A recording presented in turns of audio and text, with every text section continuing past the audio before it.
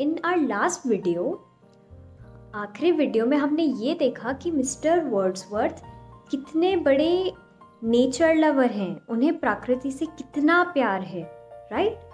जब mister Wordsworth नींद से उठे तो उन्होंने नेचर को ऑब्जर्व करना स्टार्ट कर दिया और उन्हें कुछ ऐसी चीज़ें दिखी जिससे उनका जो पूरा दिन था वो ब्यूटीफुल हो गया। उन्होंने अपने डे को ब्यूटीफुल डिस्क्राइब किया। तो नेचर की ऐसी क्या चीज़ें थी, आई होप आप सबको याद होगी, but I will quickly revise those things.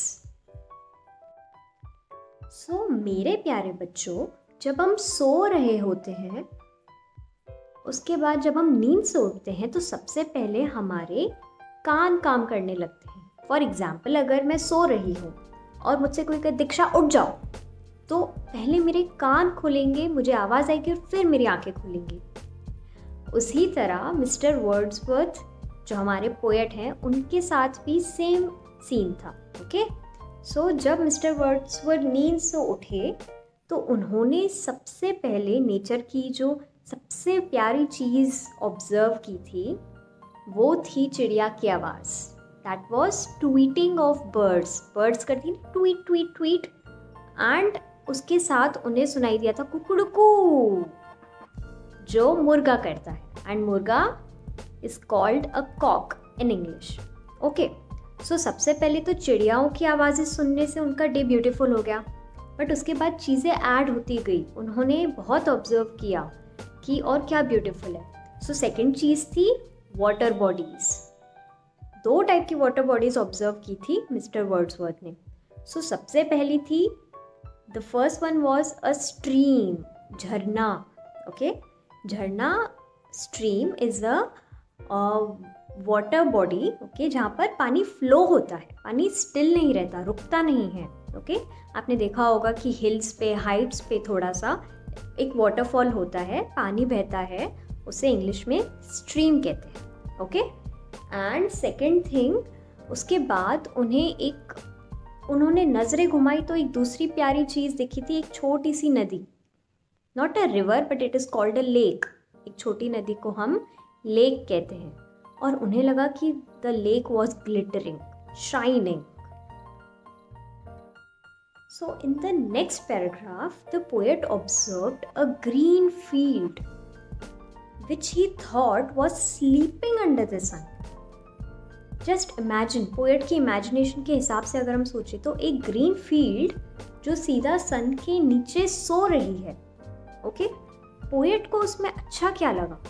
Okay, फिर से जब उन्होंने नजरें घुमाई तो उन्होंने देखा ग्रीन फील्ड मतलब कि ग्रास। ओके, आपने देखा है ना विलेज एरियाज में, कंट्री साइड पे, ओके, स्पेशली जहाँ फार्मिंग होती है वहाँ पर ग्रीन फील्ड होती है, ग्रास होती है, एंड पोएट को उस ग्रास का वो ब्राइट येलोइश कलर उनकी आंखों को भा गया था।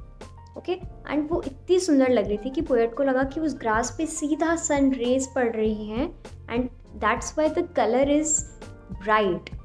ओके, एंड उसके बाद पोएट ने फिर से नज़रें घुमाई तो उन्होंने देखा that all are working on the field.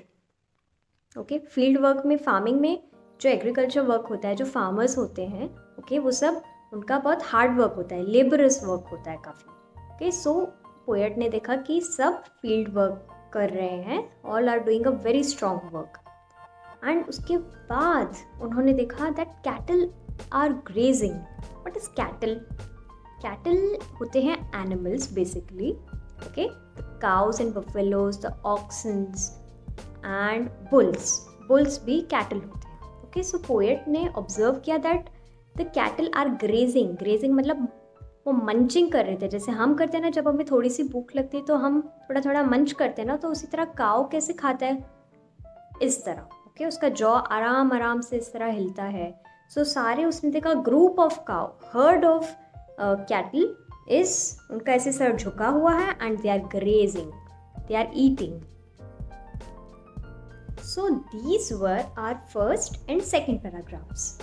Now we will jump on to third and fourth paragraph. So be ready. अब कैटल ने पोएट के डे को सिर्फ ब्यूटीफुल ही नहीं बट फनी भी बनाया है। Now you will understand what is so funny about cattle, which is observed by the poet. अब पोएट देख रहे हैं, उनकी नज़रें हैं कैटल पे. And now I will read the first two lines. Their heads never raising. There are 40 feeding like one. So ये इसमें फनी ये है कि पोएट को लग रहा है कि सारी जो कैटल हैं उनका सर और उनका कंधा, the neck and the head part is all the way down towards the earth. उनका जो सर है वो पूरा झुका हुआ है और वो कभी नहीं उठ रहा. Never raising. रेजिंग मीन्स उठना. सो पोएट को दिख रहा है कि कैटल जो हैं उनका सर झुका हुआ है और वो आराम से ग्रेजिंग कर रही हैं, च्यू कर रही हैं बहुत स्लो स्पीड में ग्रास पर.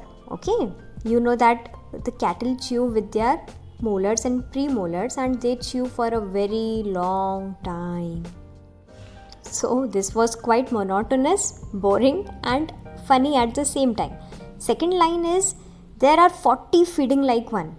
पोएट को दिख रहा है कि सब 40, एक रफ नंबर उन्होंने ढूंढ लिया, 40 कैटल आर फीडिंग सिमिलरली. सबका सर एक साथ झुका हुआ है, सब एक साथ ग्रास खा रहे हैं, किसी का सर ऊपर नहीं उठ रहा है. Just imagine we all are sitting on a dinner table and हम सब राइस खा रहे हैं एक बोल से एंड हम अपने स्पून्स को एक साथ ऊपर नीचे कर रहे हैं. ऊपर उठाया, एक राइस का स्पून भरा, फिर मुंह में डाला एंड फिर नीचे किया. That would be so funny if we all act so similar. Okay, so cattle ने भी बहुत सिमिलैरिटी दिखाई अपने बिहेवियर में, दैट वो सब आराम से च्यू कर रही हैं, ग्रास खा रही हैं and there are 40 that are similar. Okay. Dear students, you can see there are 4 lines which are marked with a red colored rectangle. I will read 2 lines at a time. So the first 2 lines are, like an army defeated, the snow hath retreated. Okay, in this line, what is the different word you found? Okay, the word hath is different from all other words.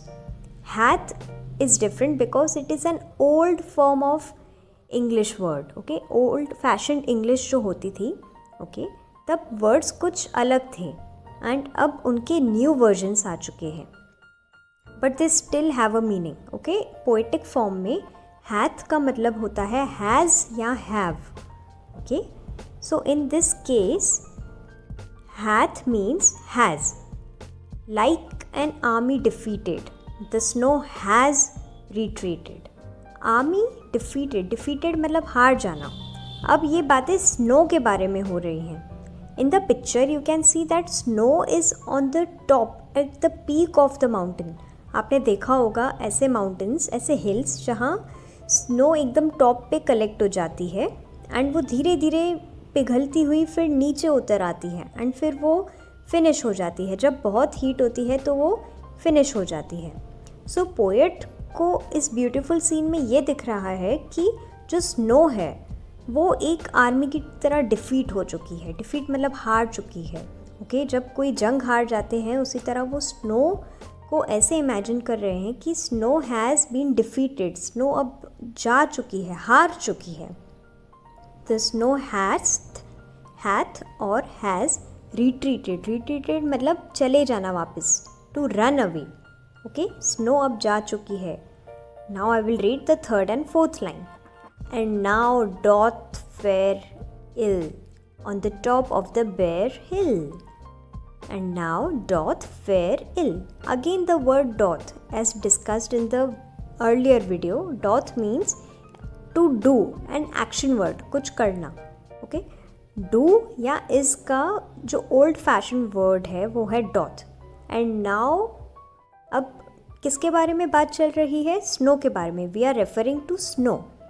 And now doth fare ill. Fare means journey. किसी की journey, किसी का travel. इल means खराब, bad.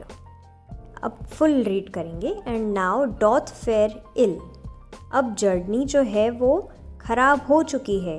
किसकी journey? Snow की journey. Okay, जो snow थी एकदम पीक ऑफ द माउंटेन पे, एकदम टॉप ऑफ द माउंटेन पे, अब उसकी जर्नी किस तरह ख़त्म हो रही है? The poet is seeing the snow is melting down slowly. Okay, जो snow collect हो जाती है at the top of the mountain, अब वो धीरे धीरे आराम से मेल्ट होती जा रही है और उसकी जर्नी जो है fair, okay, fair is the word for journey, वो अब उसकी जर्नी ख़त्म हो रही है, ख़राब हो रही है.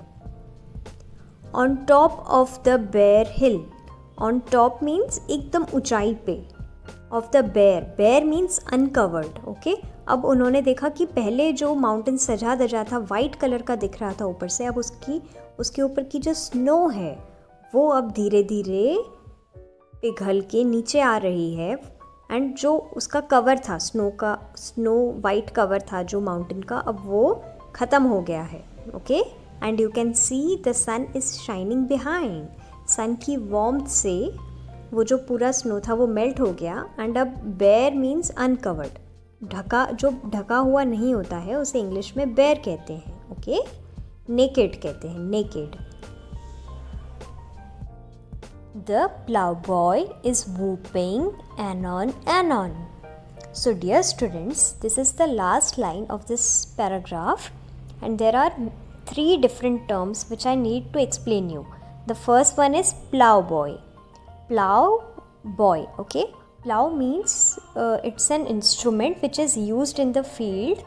Okay, it has many blades. एक instrument होता है, एक implement होता है, agricultural implement, जो सॉइल के ऊपर चला जाता है. उसके नीचे बहुत सारे ब्लेड्स होते हैं जो बहुत शार्प होते हैं और वो लाइंस होते हैं, एक सीरीज़ में होते हैं. सो 6 to 7 ब्लेड्स होते हैं और एक मशीन होती है जो उसको पुल करती है सारे ब्लेड्स को सॉइल के ऊपर. सो soil turns upside down, soil ऊपर नीचे हो जाती है ताकि उसमें एयर फ्लो होना चाहिए सॉइल में. Okay, and all the weeds, मतलब जो वेस्टेज होता है सॉइल के ऊपर, जो हम हार्वेस्टिंग से पहले प्लोइंग होती है, so that the soil is smooth, soft, okay, and it has an air flow in it. So plough is a instrument which is used in agriculture. So ये जो बॉय है, you can see in this picture there is a small boy. Okay, उसे plough boy कहा गया है. And he is whooping. Whooping means he is shouting, he is crying out in excitement. वो he is having a louder voice, वो ज़ोर से चिल्ला रहा है. एनॉन एनॉन, एनॉन मीन्स प्रेजेंटली, प्रेजेंट मीन्स अभी. ओके, वो क्यों इतना हैप्पी है? ये जो प्लाउ बॉय है, ही इज़ हैप्पी बिकॉज अब उसने देखा कि स्नो जो है वो जा चुकी है और सन राइज हो चुका है. सो दैट मीन्स कि अभी हार्वेस्टिंग सीजन स्टार्ट होने वाला है.